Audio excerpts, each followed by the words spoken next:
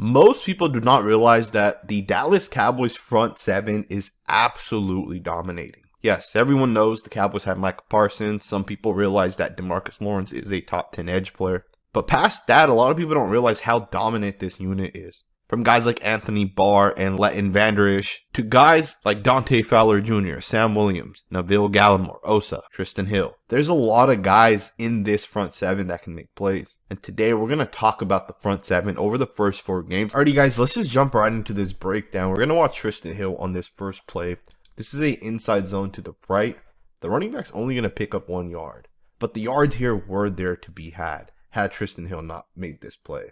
This is an inside zone to the right, so all of these guys are of course going to start blocking to the right. You're going to see that Hill is going to get double teamed by the center and right guard. As the play begins and the double team happens, there is a massive lane right here available for the running back. Even then, the double team has turned Trysten Hill. But as you're going to see, the center's going to get off and get up to the next level. And the second he starts making his way to the next level, you're going to see Trysten Hill shed the right guard, ultimately getting back to the inside and shutting this running play down. This play should not have picked up only 1 yard. This play should have picked up at least 5 yards. But because Hill was able to shed his block, he was able to ultimately make the play on the running back. It's a great job right there.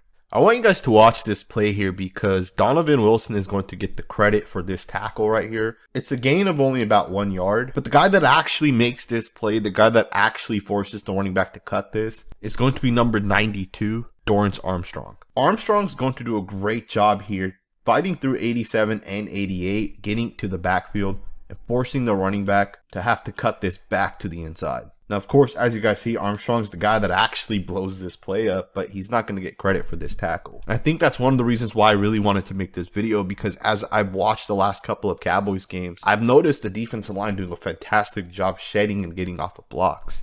Alrighty guys, let's go ahead and jump forward and let's get into some pass rushing snaps. Let's look at this one right here by Demarcus Lawrence. He's going to absolutely cook the rookie right tackle, Evan Neal. But regardless of him beating the rookie, I really love this pass rush move. You know, one thing Demarcus Lawrence is a guy who has a lot of solid tools in his toolbox. This is absolutely nasty what he does to the rookie. As he's going to begin this pass rush rep, you're going to see him do a hezzy to the inside right there with that right foot. He's going to hezzy. The rookie's going to stumble just a little bit. He's going to come back to the outside and he's going to double hand swipe that right arm. And ultimately that double hand swipe allows him to get to the edge. The rookie's lost at this point and all Lawrence has to do is clean it up. That's a fantastic job by the veteran to give it to the rookie. Now, of course, if it works once, come right back to it. Give him that hezzy to the inside, come back to the outside. Lawrence got his second sack using the same move, but it wasn't just the second sack. The third sack literally came on the same exact pass rush move. Hezzy to the inside, come back to the outside. That's an absolutely beautiful job by Demarcus Lawrence to recognize that a move worked early on. Let me come back to it in the second half. He did it twice in the second half, and he ended up getting 2 sacks in the second half alone. Now, some people say Lawrence really hasn't had a good season, but that's so far from the truth. The guy's been getting after the quarterback and it just hasn't converted into sacks. Sacks aren't everything, right? There's plays like this where Demarcus Lawrence beats the right tackle at the point of attack, and he's going to get to the quarterback and ultimately mess up this screen pass to the tight end, right? It's not all about sacks always. Here's another play for you guys where Lawrence is going to once again beat the right tackle, get to the outside, and force the quarterback to throw this ball sooner than he may have wanted to. Now, more so than pass rush, he's also been very explosive in run defense. Check this play out. As you're going to see on this next play, he's going to be the backside chase on this play. And he's quick, he's explosive, and he's going to be able to come from the backside and bring the running back down.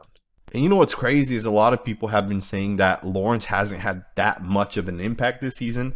But the guy's been an absolute stud, right? It's the little things that he's doing that I think are kind of going unnoticed.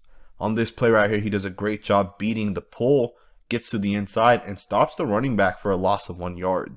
And he's been doing this the entire season. This play only picks up 1 yard, and it's Lawrence once again making the play. Again, the little things I think a lot of people are not noticing.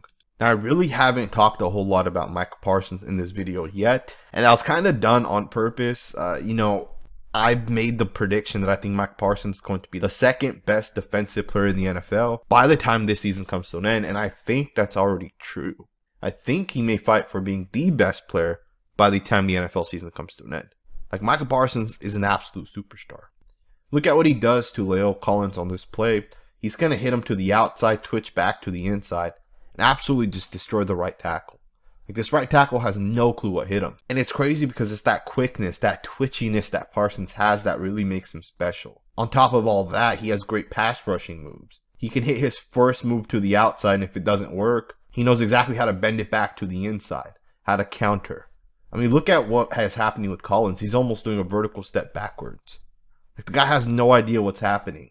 And Parsons absolutely has been crushing it this entire season. And I know technically he hasn't had a sack since week 2, but the guy's still doing so many great things on tape.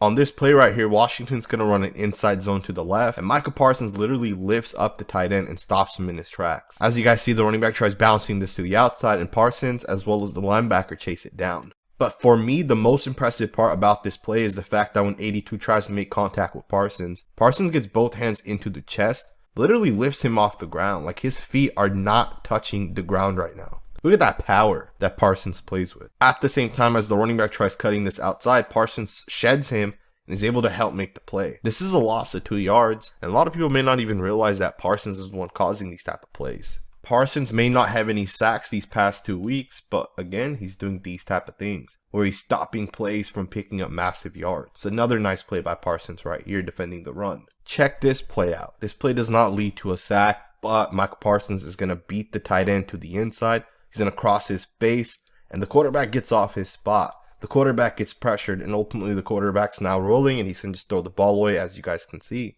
But it's Parsons that ultimately beats the tight end initially and gets into the backfield. As a quarterback, this is the last thing you want to see, a guy coming right at you. This is a really nice job, and again, Parsons isn't going to get any statistics for this play. Once again, watch Micah Parsons absolutely disrupt the timing of the quarterback. He's going to give the left tackle an inside step. The quarterback throws it kind of leaning backwards, and the ball ultimately falls incomplete. Literally, the quarterback just threw up a 50-50 ball. But it's Micah Parsons using that twitchiness, that quick, explosive inside step, and getting to the quarterback. It's a great job right there. Now, of course, I mentioned Anthony Barr as well as LVE. And the reason why is because he can blitz these guys and they're going to get to the quarterback. Watch Barr in 55 run a stunt here to the inside, and Barr hits the quarterback. This play ends up falling incomplete. Now, another player that I absolutely love is defensive end Sam Williams. He's one of the guys that I think is going to become really good as he continues to develop. He does a nice job in this play to make the play on the running back. And he's made a couple of nice plays in his limited snaps this year. Here's another play from Sam Williams. He's going to make a play. He's going to recognize the pull. He's going to recognize the cutback. And he blows this play up as well. I think Sam Williams has a lot of twitchiness, and he's just one of many players available within the Cowboys front 7 that can absolutely take over a game at any point. Of course, he needs to develop a little bit, and I think he will continue to develop. But I do like where he's at today. You got another play with Sam Williams. This is in the most recent game. He's going to recognize the boot out by the quarterback, read it, get there, and he's going to hit the quarterback. This play ends up losing a yard. It's a nice play by Williams. Now, I really didn't even get too much into the linebackers, but between Vander, Esch, and Anthony Barr and lining up Donovan Wilson at the stack position, Dan Quinn really has these guys going, and I think this front 7 could be one of the best front 7s in the entire league. And the crazy thing is these guys are only going to get better and better. If you watch Osa here take on the right guard, he's going to do a great job shedding him and throwing him to the side and making the play on the running back. As these guys continue to develop, this defense is only going to get better. I want you guys to watch Armstrong here on the right side of your screen and look at as he recognizes this play. He's able to get his left hand on the pulling tight end. He's able to keep him off of him, and he blows this play up. But he's not the one that makes the tackle. As you guys see, he doesn't get credit for the tackle, but it's plays like this where one guy may blow up a play and then it's another guy that comes and wraps up. This is a nice play by Armstrong. And as we're kind of talking about one guy potentially blowing a play up and another guy making a tackle, watch Sam Williams here take number 82 and straight throw his ass. I mean, these are the plays that fire me up when I watch this defensive line. I mean, look at that. Williams absolutely destroys the tight end, and he basically makes the play by using a player almost as a weapon where he's throwing this guy into someone. That's a damn impressive play by Williams. Overall, this front 7 looks really good, and I'm excited to continue watching as they continue to develop, as they continue to get better, and as Dan Quinn continues to take his defense and make it more complex and put new twists and wrinkles into it. I hope you guys enjoyed this video. I wanted to do something a little bit different as opposed to always breaking down the offensive line tape. although I may still do that maybe later on this week. I hope you guys enjoyed this video. Thumbs up if you did, subscribe, and I'll see you guys next time with another video.